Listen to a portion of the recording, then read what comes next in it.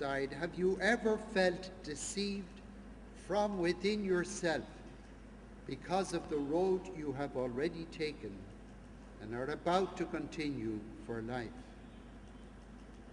The life of Jeremiah and so many great prophets of our own time point us along the way in this respect.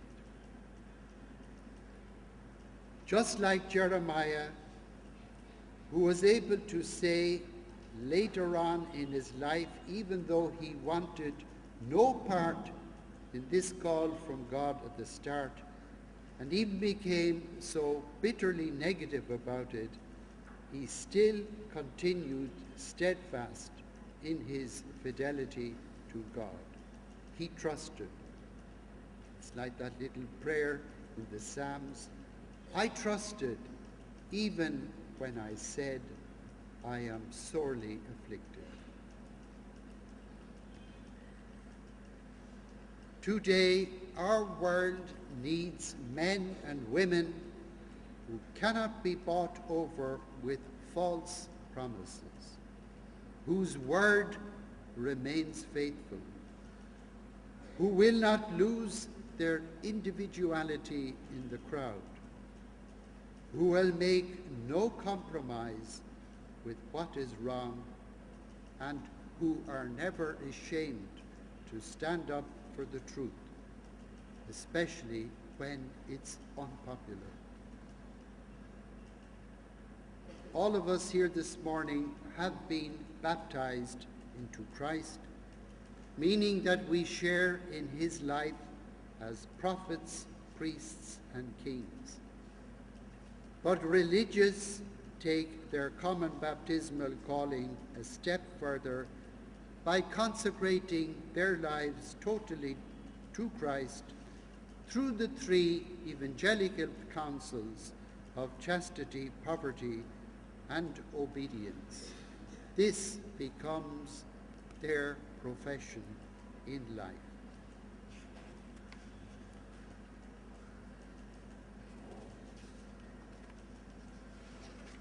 All I want to know is Christ, the power of his resurrection, and sharing his sufferings. From the second reading today, the letter of St. Paul to the Philippians. These words are very often, or that passage is very often chosen for profession ceremonies. I can remember it was one of the readings for the ceremony of my own first profession a little while ago.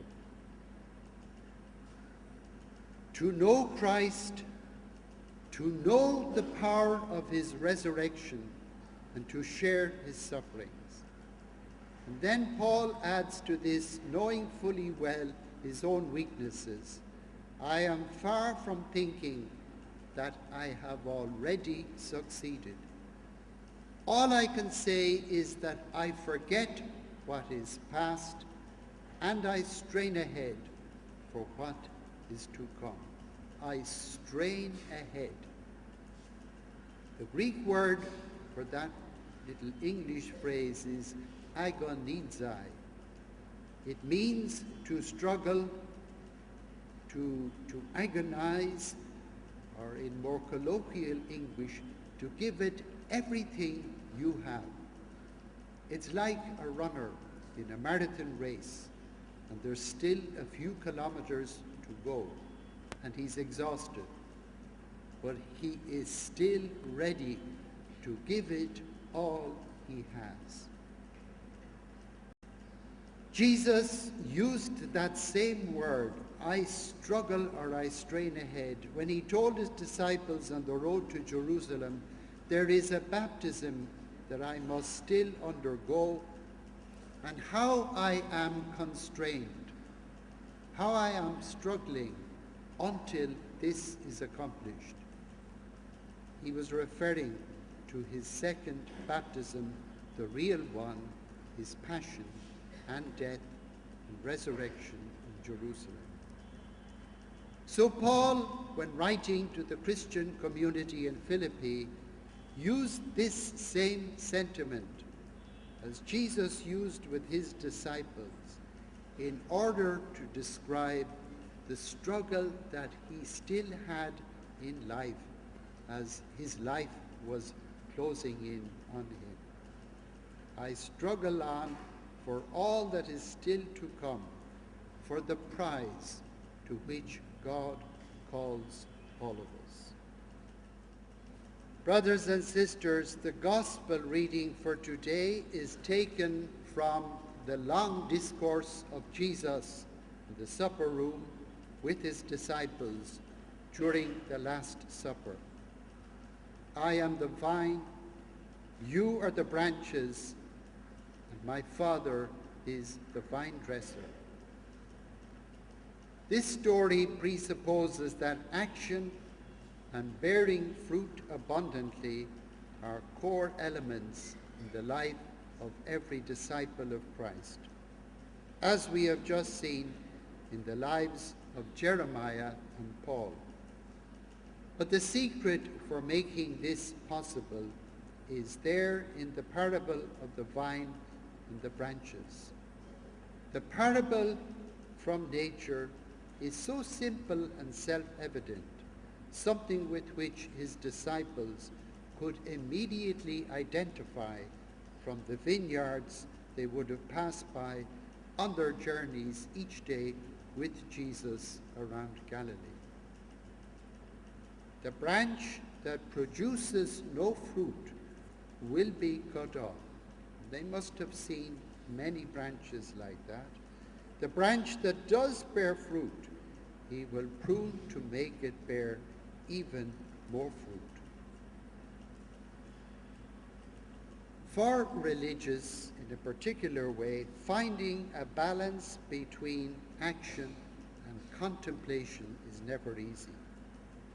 I am aware that we can often find ourselves overengaged in all kinds of good apostolic works and chores. We become what they call workaholics. I have the privilege of having seen the very comprehensive list of ministries combined in some cases with ongoing studies for the Presentation Mary sisters in their various communities in this diocese. It is almost like trying to read a Nigeria Airways timetable. Yes, the harvest is great and the laborers are few.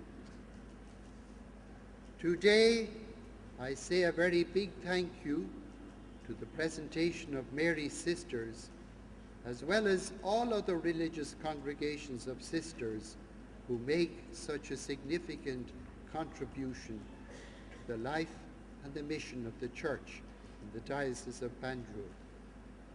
But I also assure you there are still plenty of more places and ministries wide open, only waiting to be filled. I mentioned two of them. Dar Salami, we have down there a fine building for a convent, plenty of room for education and health and pastoral ministry.